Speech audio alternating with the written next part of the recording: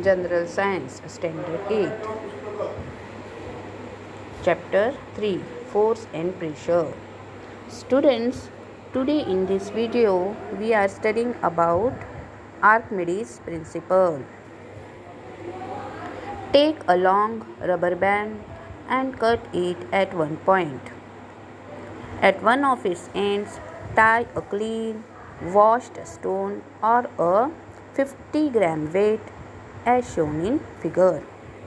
विद्यार्थी मित्रांनो, आपण आज या व्हिडिओमध्ये आर्किमिडीजचे तत्व हे बघणार आहोत.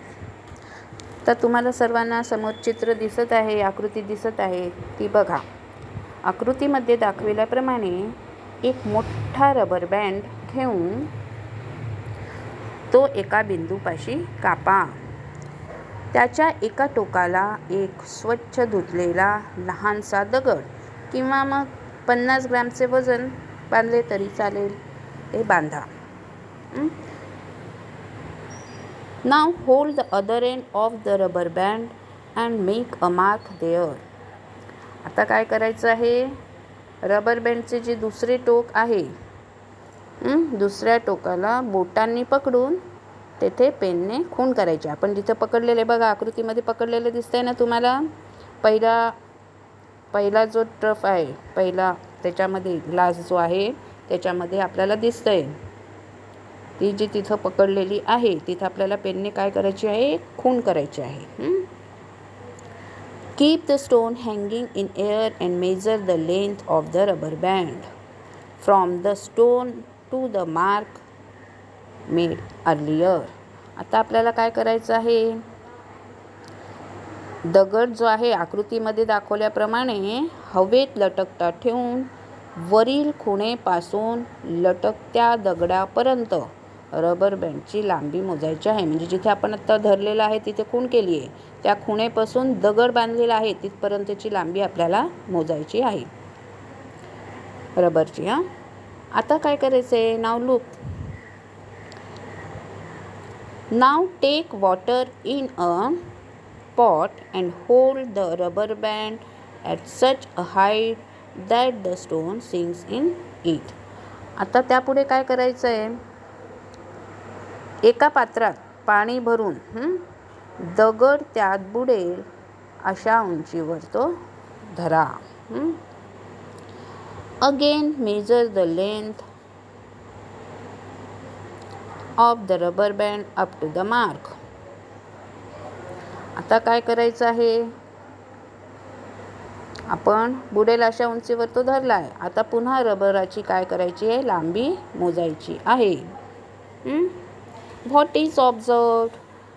This length is shorter than the earlier length. While dipping the stone in water, length of the stretched rubber gets slowly reduced and is minimum when it sinks completely. What could be the reason for a shorter length of the rubber band in water? आता जेव्हा आपण त्याची लांबी मोजतो विद्यार्थी मित्रांनो, तेव्हा आपल्याला काय दिसून आले, ही लांबी आधीपेक्षा कमी भरलेली आढळेल. आता पाण्यात दगड बुडवताना ताणलेल्या रबराची लांबी आपल्याला अजून हळूहळू कमी होताना दिसते आणि तो पाण्यात पूर्ण बुडाला की लांबी जी आहे रबर बँडची ती सर्वात कमी होते.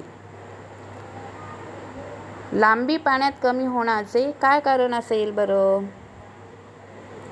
When the stone is sunk in water, a buoyant force acts on it in the upward direction. The weight of the stone acts downwards. Therefore, the force which acts on it in the downward direction is effectively reduced. आता काय होतं, पाण्यात दगड बुडाल्याने त्यावर वरील दिशेने प्लावक बल प्रयुक्त होते. आपण प्लावक बल म्हणजे काय बघितलं आहे मागच्या व्हिडिओमध्ये. आणि मग काय होतं, दगडाचे वजन खालील दिशेने प्रयुक्त असते, त्यामुळे खालील दिशेने प्रयुक्त असलेले एकूण बल कमी होते. खालून त्याला तेव्हा चारी बाजूने जिथे पाणी आहे तिथून ते सगळं पाणी जे आहे त्याच्यावर प्लावक बल लावतं आणि दगडाचं वजन जे आहे ते खालच्या दिशेने ग्रॅव्हिटीच्या दिशेने खाली खाली जात असतं, पण प्लावक बलामुळे ते कमी होते. म्हणून दोरीची लांबी आपल्याला काय दिसते? रबर बँडची जी दोरी आहे तिची लांबी आपल्याला कमी झालेली दिसते. How much is the magnitude of the buoyant force? Is it the same for all the liquids? Is the buoyant force of equal magnitude for all objects? The answers of these questions are embodied in Archimedes' principle. This principle states that when an object is partially or fully immersed in a liquid, a force of buoyancy acts on it in the upward direction. This force is equal to the weight of the fluid displaced by the object. आता बघा, ह्या प्लावक बलाचे परिणाम किती असते किंवा ते कोणत्याही द्रवाला सारखेच असते का? सर्व वस्तूंवर प्लावक बल सारख्याच परिमाणाचे असते का? या सर्व प्रश्नांची उत्तरे आर्किमिडीजच्या तत्वामध्ये अंतर्भूत आहेत. हे तत्व आहे बघा, एखादी वस्तू द्रायूमध्ये अंशतः अथवा पूर्णतः बुडविल्यास त्यावर वरील दिशेने बल प्रयुक्त होते. हे बल त्या वस्तूने बाजूस सारलेल्या द्रायूच्या वजना इतके असते. Explain the observation in the earlier experiments according to the Archimedes principle. म्हणजेच आर्किमिडीजच्या तत्वानुसार मागील प्रयोगातील निरीक्षणांचे स्पष्टीकरण करा. तर आपण बघितलं की ती पहिल्या आकृतीमध्ये बघा तुम्ही, दोरी लांब दिसते, तिथे पाणी नव्हतं. होतं का पाणी? नाही. त्यामुळे ती लांबी आपल्याला जास्त मिळते खुणेपर्यंत.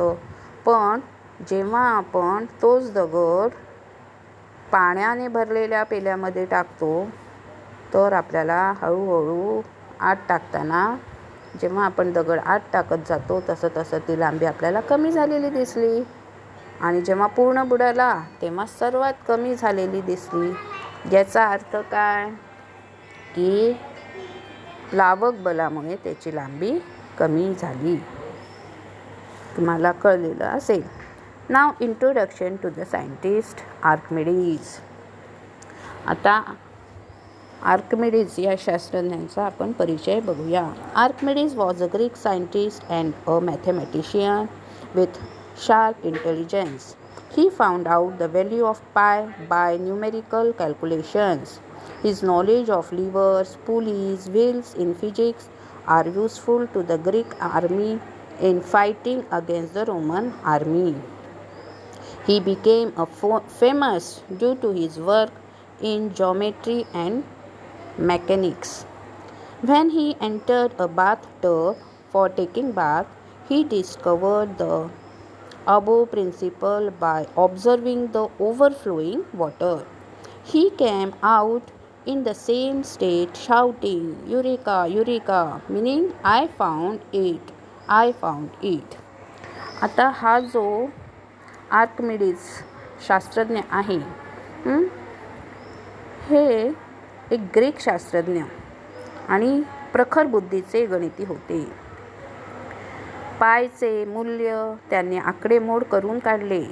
भौतिकशास्त्रात तर्फा, कप्पी, चाके या संबंधीचे ज्ञान ग्रीक सैन्याला रोमन सैन्याशी लढताना उपयोगी ठरले. भूमिती व यांत्रिकीमधील त्यांचे काम त्यांना प्रसिद्धी देऊन गेले. बाथ टबमध्ये स्नानासाठी उतरल्यावर बाहेर सांडणारे पाणी पाहून त्यांना वरील तत्वाचा शोध लागला. युरेका, युरेका म्हणजे मला सापडले, मला सापडले असे ओरडत ते त्याच अवस्थेत रस्त्यावर धावले होते. The use of Archimedes' principle is very wide. This principle has been used in the construction of ships and submarines, The instruments such as lactometer, hygrometer are based on this principle. आता हे जे शास्त्रज्ञ आहे Archimedes ह्यांच्या तत्वांची उपयुक्तता खूपच मोठी आहे. जहाजे, पाणबुड्या यांच्या रचनेत हे तत्व वापरलेले असते. दुग्धतामापी व आर्द्रतामापी ही उपकरणे पण ह्या तत्वावर आधारित आहे. तर तुम्हाला आर्किमिडीज या शास्त्रज्ञांचे माहिती मिळालीच असेल. त्यावर आधारित आपण प्रयोग केला, तो पण नीट कळला असेल. तर आज आपण इथंच थांबू. थँक्यू.